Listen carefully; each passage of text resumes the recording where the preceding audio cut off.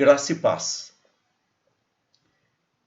Falar sobre luto é bem complexo, porque é a dor mais sentida, a dor mais aguda, a dor mais profunda. De todas as dores, se possível for colocar uma classificação, a perda de um ente querido é a dor maior. Mas quando nós falamos em luto, nós entendemos que é toda uma perda. Todas as vezes em que se perde ou algo ou alguém, entra-se no processo de luto. A perda de um emprego, a ruptura de um relacionamento, a perda de um celular. Toda a sintomatologia, tudo aquilo que é sentido nestes momentos, quando acontecem estes fatos, são similares ao luto de uma perda de um ente querido. É claro que as intensidades são diferentes, mas a manifestação daquela dor, ela tem alguns aspectos que têm bastante similaridade, ou aspectos muito iguais. Neste caminho que nós faremos, e este trabalho que se chama Veritas, isto é, verdade, é algo que é importante de ser dito, porque nós muitas vezes preferimos não querer saber o que é o luto, isto não vai chegar até mim, é algo que nós olhamos com uma certa distância, mas é uma realidade. Todos nós, não haverá um ser humano na face da Terra que não passe por esse processo, ou que passará por esse processo. Claro que dentro do ambiente cristão, nós cremos num arrebatamento da igreja, num processo no final da história da humanidade, no qual não haverá o processo morte, o arrebatamento total.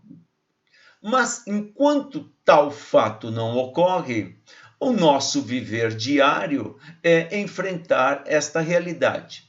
Principalmente em dias atuais, onde de uma maneira mais clara, de uma maneira mais intensa, os números das mortes são dia a dia mencionados, e quando se fala do somatório destas mortes, causa-se um espanto generalizado. Estes fatos sempre ocorreram, as mortes sempre houveram, mas agora evidenciou-se. Foi de uma maneira geral trazida à tona, e isto tem mexido significativamente com as emoções das pessoas, com o olhar das pessoas sobre esse fato. E muitas pessoas estão passando por dificuldades dentro dessa área. Isto se aproximou demais. Isto o quê? A morte, o fato possível se aproximou demais. Tem trazido medo, tem trazido espanto, tem trazido até um desequilíbrio emocional diante destes fatos. E a proposta do nosso trabalho é trazer um conhecimento acerca de, mas com maior ênfase é um ouvir, é um cuidar, é um espaço aberto para se falar sobre esta dor, um espaço aberto para se falar o quanto isto dói e como dói. Por isso, nós estamos aqui colocando para ti os contatos. O contato da igreja, tem um telefone aí, de terças, quintas e sextas tem uma pessoa lá, secretária da igreja, está atendendo os telefonemas, das 9 da manhã às 17 horas. E tem os meus e-mails, onde você pode tirar uma dúvida, a gente pode ter um bate-papo virtual, podemos ter uma videochamada, da maneira que for, em que for possível trazer um alento a esta dor. Quando pensamos nisso, então vamos tentar começar primeiro ter um conhecimento do que possa ser, como olhar para isto. Uma das perguntas bases é: o que é o luto? Como poderíamos definir o luto? Mas definir o luto por mais que nós queiramos fazê-lo, por mais que nós queiramos colocar termos e mais termos, é difícil. Nós nunca vamos definir um luto, nós podemos definir um luto no aspecto técnico, mas quando nós olhamos ele um pouquinho mais detalhado, quando nós olhamos ele com um pouco mais de atenção, nós vamos ver que ele é extremamente o quê? Pessoal, particular e individual. É assim que ele processa. Cada pessoa vai reagir de uma maneira. Não existe dois fatos iguais. Podem ser gêmeos univitelínicos, vão reagir de maneira diferente, porque a intensidade daquelas emoções é peculiar ou particular de cada um. Se definir luto é complicado, é difícil, mas vamos tentar trazer uma pequena explicação. É um conjunto, não é uma reação única, não é um fator único, é um conjunto de reações a uma perda significativa. Toda perda ela tem uma intensidade, mas e quando nós olhamos isso, dependendo do tamanho dessa perda, da intensidade que havia no relacionamento, há todo um conjunto de sintomas. No decorrer do nosso trabalho, eu vou trazer para vocês toda uma sintomatologia que envolve o processo de luto. Mas isso é uma coisa de cada vez. Uma afirmação bastante interessante foi de John Bowlby, quando ele fala sobre o apego, a teoria do apego. Ele diz assim: quanto maior o apego, maior o sofrimento. Então, isso é claro que esta intensidade ela é individual, não há como medir este apego, não há nenhuma régua de sentimentos, uma régua, um elemento capaz de medir tudo isso. E quando nós olhamos isso, nós vamos pensar um pouquinho. Se esta perda ela causa um conjunto de reações em várias pessoas que estão naquele mesmo ambiente, é claro que haverá também uma manifestação bem diferente. Então pode provocar uma crise familiar, por quê? Porque ela exige uma tarefa de reorganizar os novos papéis da família. Por que novos papéis? Infelizmente, os termos temos que usá-los. Se a perda do marido, então esta mulher automaticamente ela virou viúva. Socialmente ela mudou o papel social dela. Dentro do lar, o papel dela vai ter que ser rearranjado. Estes filhos que estavam ligados a este pai, na ausência pela perda, eles também terão um novo papel. Eles não têm mais esta figura. Então há esta crise é um desarranjo no primeiro momento e em seguida necessário se faz se reorganizar esses papéis. Claro, isto não é fácil. E vai envolver muito desgaste emocional, muito envolvimento emocional. Sim, haverá muito desgaste e envolvimento emocional. Por isso, muitas vezes é necessário buscar ajuda. Podemos tentar por nossas próprias forças? Sim, podemos tentar por nossas próprias forças. Mas buscar ajuda de que maneira? Pelo simples e mero fato de falar, nós vamos elaborando todo o processo de luto.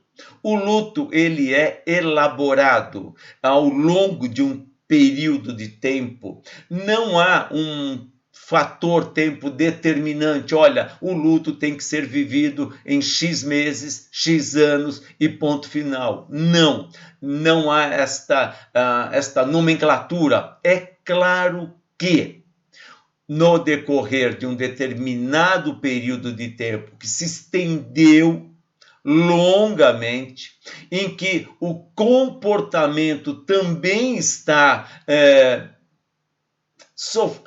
vou falar assim, sofrendo alterações, e nós vamos ver isto com muita calma também. Então, assim, este comportamento ainda ele está restrito àquela pessoa que partiu, vou colocar dessa maneira. Então, necessário se faz um acompanhamento com certeza, porque este luto que tinha um processo normal, está apresentando uma tendência patológica. E aí entraria num luto patológico. E necessário se faz, mais uma vez, esta busca de ajuda. Eu quero ler um texto para vocês. Este texto foi Sêneca que escreveu por volta do ano 60, 50 e pouco, 60 depois de Cristo. Ele viveu do ano 4 antes de Cristo ao ano 65. E este texto é uma carta de consolação. Ele escreve para uma mulher chamada Márcia, por isso que se chama Consolação a Márcia. Ele escreve para essa mulher acerca do processo de luto que ela está enfrentando. Ele faz uma comparação com outras pessoas acerca do luto e escreve isto a ela. Este é um pequeno trecho dessa carta que ele escreve. E ele diz assim: que loucura é essa, castigar a si mesmo porque é infeliz, e não para diminuir, mas para aumentar seus males. Você deve mostrar também neste assunto aquele comportamento decente e modéstia que tem caracterizado toda a sua vida. Pois existe algo como autodomínio no luto também. Então, nesta carta que Sêneca escreve a Consolações a Márcia, vai trazer uma reflexão, eu vou dizer assim, sabe aquela mensagem de pêsames, aquela mensagem que você envia para um amigo, envia para uma família, envia para um parente. Então, aqui Sêneca faz uma mensagem de pêsames, é este texto. E ele vai dizer assim, que este mal, o luto, ele já é uma dor intensa, e dependendo da maneira como eu vou tratá-lo, ele acaba me causando outros males, além do próprio luto, que já é um problema. Além desta dor, que ela já é intensa, além deste conjunto de reações que meu organismo está passando, está sofrendo. Então, junto disso, se eu começo a permitir que outras dores também venham, dores tais quais culpa e outros sentimentos, eu vou me fazendo, e eu vou usar desta maneira, eu vou fazendo mal a mim mesmo. Desculpe esta forma de falar, mas é eu trazer uma ênfase do quanto isto pode ser intenso. Continuando o nosso pensamento. Quando nós, então, olhamos para isto, nós vamos ver que podemos entender algumas coisinhas interessantes. Há um livro, Elizabeth Kübler-Ross, sobre a morte e o morrer.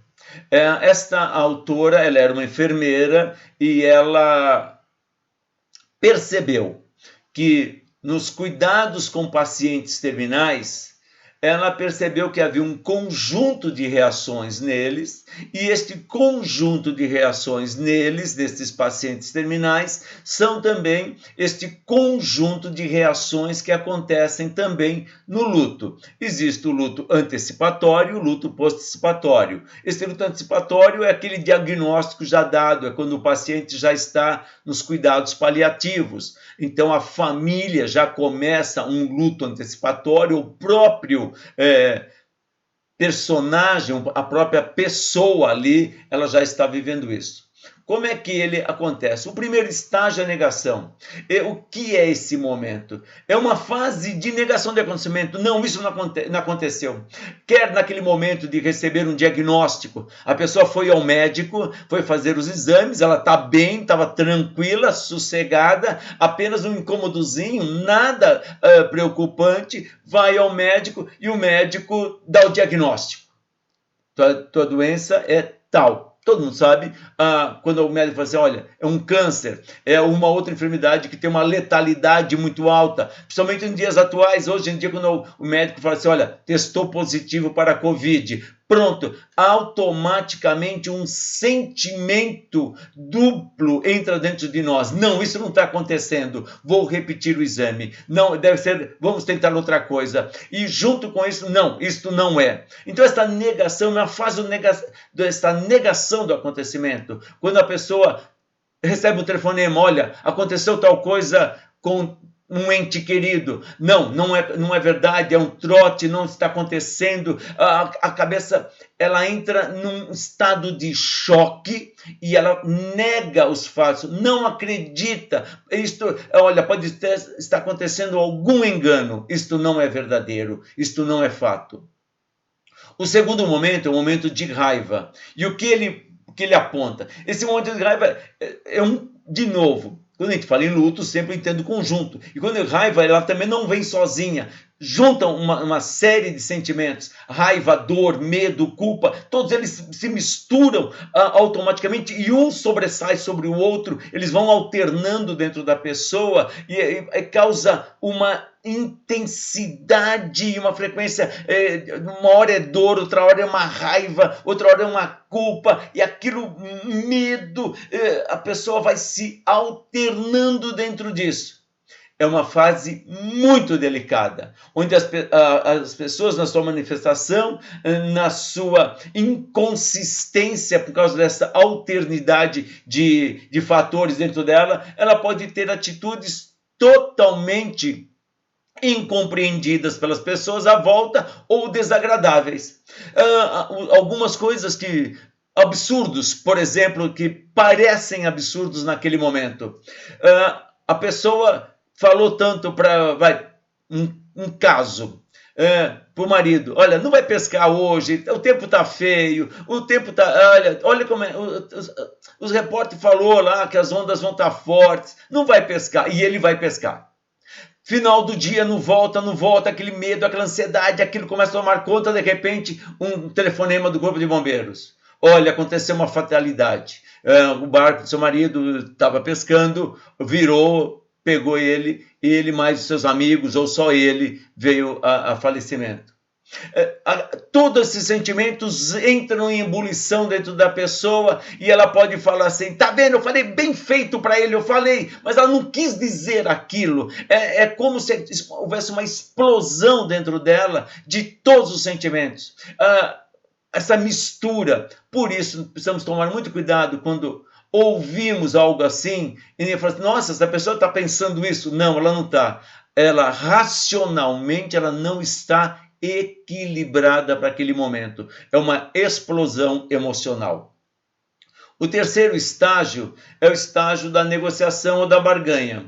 É aquele famoso em que aquela revolta interior, quando a pessoa recebe um diagnóstico, bom, a situação é esta.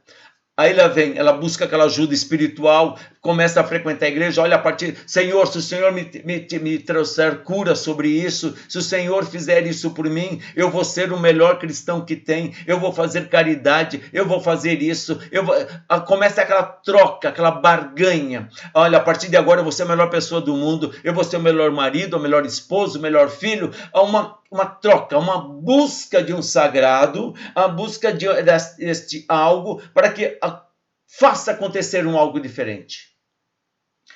Como cristãos, nós cremos sim na ação de Deus, isto é inconteste. Nós cremos sim, é uma condição sine qua non no mundo cristão, que o Senhor age, mas a suprema vontade dele prevalece. Podemos e devemos fazer oração? Sim. Podemos e devemos fazer súplicas? Sim. Mas a vontade soberana é do Senhor. Não há ninguém na face da terra, humano, que tenha capacidade de eu vou orar e eu vou te curar. Não existe isso. Aliás, isso tem trazido grandes dissabores, grandes prejuízos emocionais a muitas famílias, quando alguém vai numa UTI e faz uma oração, olha, o Senhor trouxe cura. Dias depois, a pessoa entra em óbito. Traz um desgaste, não somente no quesito luto, no quesito perda, como no quesito religioso. As dúvidas. Deus mentiu? Deus não fez aquilo que prometeu? Onde foi que eu errei que Deus não fez isso comigo? Então, além da dor do luto, dores que são pertinentes àquilo que não deveria acontecer. Orar e suplicar, sim. E num leito de UTI, sim. Orar crendo que o Senhor fará um milagre, sim, até o último instante, crer que o Senhor fará um milagre, isto é condição de cristão, isto é a nossa qualificação de cristão, o crer naquele que está no controle de todas as coisas. Mas então a barganha é esta negociação em que eu espero algo de Deus e eu, em troca, eu vou ser aquilo que eu deveria ter sido, mas agora eu vou ser o melhor cristão, eu vou fazer de tudo para agradar a Deus, para Ele me poder dar ou vida, ou a vida daquele que eu amo, este ente querido.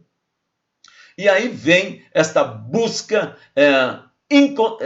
incessante deste, e aí vem as decepções, e é por isso que aí vem um outro estágio que acontece, que é o da depressão.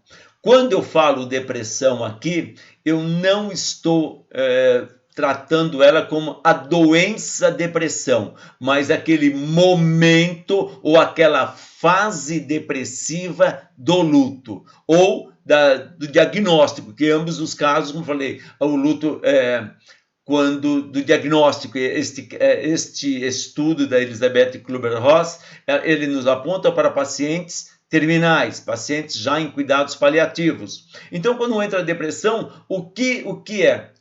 Bom, oramos, buscamos, mas não houve resposta. É como se não tivesse aquela resposta que nós queríamos. Não é que não houve resposta, não houve a resposta que nós queríamos. E aí entra numa fase de grande sofrimento. Quer aquele diagnóstico. É como se a sentença de morte tivesse sido decretada. E aí vive-se este momento. Um profundo olhar interno, uma autorreflexão, uma tristeza invade profundamente vou falar assim, a alma, o ser, e na perda doente, a mesma coisa, o processo de luto está desse jeito. É fato. E quando nós falamos esses estágios, negação, raiva, negociação, barganha, depressão, eles podem acontecer não exatamente nessa ordem. Isso é um momento, e pode acontecer tudo num único dia, num único instante, num único momento. É claro que depois ele vai ter um processo de conclusões, eles vão sendo elaborados. A negação, no primeiro momento, não era o fato, não aconteceu. É constatado, é real, é fato. Vem a segunda parte, a raiva, em que não exatamente nessa ordem. Eu estou pondo nessa ordem, mas pode haver alterações. Esta é uma ordem mais comum, mais frequente. Então, nesta raiva, é fato, aconteceu. Estamos aqui diante do incidente, ou do acidente, ou do fato em si. A terceira parte, a barganha, quando ainda não, por isso eu falo assim, elas podem ser alternadas. A barganha, Senhor, muda esse quadro. Eu creio que o Senhor ressuscitou Lázaro, o Senhor ressuscitou o filho da viúva, o Senhor ressuscitou a filha de Jairo. Então ainda há um tempo de barganha mesmo diante do fato consumado. Então por isso que ele é tão extenso. Também é um processo daquele momento. Finalizou. Então esses 3 primeiros finalizaram. Não há mais nada a ser feito. Já houve o sepultamento, ninguém imagina que alguém vai ressuscitar debaixo lá da terra, ou do fato em si, do sepultamento. Entra o processo, depressão. Vez por outra, haverá uma negação. Vez por outra, a raiva vai surgir. Vez por outra, a barganha vai surgir. Senhor, o Senhor podia ter feito. Senhor, o Senhor tem poder, por que só comigo? Por que com fulano aconteceu? Por que com ciclano aconteceu? Por que comigo não? Então, vez por outra esses sentimentos, e nós chamamos isso de uma onda em que a pessoa vai passando, ela vai alternando esses sentimentos. Dentro desta depressão, ela pode apresentar toda a sintomatologia da depressão mesmo. Muitas vezes precisa sim ser medicado, e o medicamento é o medicamento de depressão, só que ele é por um período, não é a enfermidade depressão no seu contexto maior, mas é um processo de depressão por um fato contundente. A última etapa disto, dentro desta vivência, nossa, é chamada de aceitação. O que acontece nesse momento? Não que o sofrimento desaparece, mas ele é suavizado pelo tempo, pela circunstância, pelo processo elaborativo do luto, e aí a pessoa começa a fazer as suas reflexões, ela tem uma percepção mais coerente daquilo que está acontecendo. Ela se torna mais coerente com o fato. Não que está tudo bem, mas ela aceita, vai aceitando gradativamente. Isto ela vai dar facilita essa aceitação, e a reação dela já é mais de saudade do que propriamente dessa intensidade de dor. Então, quando nós olhamos todo esse processo de luto, nós vamos ver assim, isso aqui é meramente um conhecer sobre o luto. Por isso, eu te convido a estar passando por um processo desse tipo, alguma perda familiar, ou alguma perda até de sonhos, projetos, isto também acaba acarretando um luto na vida da gente. Estamos aqui para trabalhar juntos, estamos aqui para ouvir a sua dor, estamos aqui para conhecer este caminhar juntos. É um caminho de dor, mas é um caminho que o bálsamo do Senhor Deus é o alento. O bálsamo do Senhor Deus é aquele que vai trazer uma reorganização na vida da pessoa. A vida, muitas vezes, algumas falas, elas são doloridas de ouvir, mas elas são factuais ou são realmente importantes. A vida continua, mas então há um continuar da vida, e este continuar vai nos ensinando, e vamos elaborando todo esse processo de dor. Então, mais uma vez, eu me coloco à disposição. Você tem o telefone da igreja, você tem os e-mails que você pode entrar em contato comigo, e que realmente está passando por uma dor, busque ajuda. Fale da tua dor. Não engula essa tua dor para dentro de ti. Qualquer dor, ela precisa ser expressa. Senão a gente acaba trazendo... Lembra da carta de Sêneca? Não traga mais males sobre ti. Há sim uma cura. E eu não vou falar que é assim um medicamento, alguma coisa. Não. Há sim uma maneira de tratar isso, de cuidar desta dor. Estamos aqui para estarmos juntos nesse trabalho, neste caminhar. E que o Senhor te abençoe e te guarde. E que o Senhor faça resplandecer o seu rosto sobre ti e tenha misericórdia de ti. Que o Senhor sobre ti levante o seu rosto e te dê a paz que você tanto necessita. E conte conosco. Estamos juntos para caminhar neste deserto de dor. Que Deus te abençoe.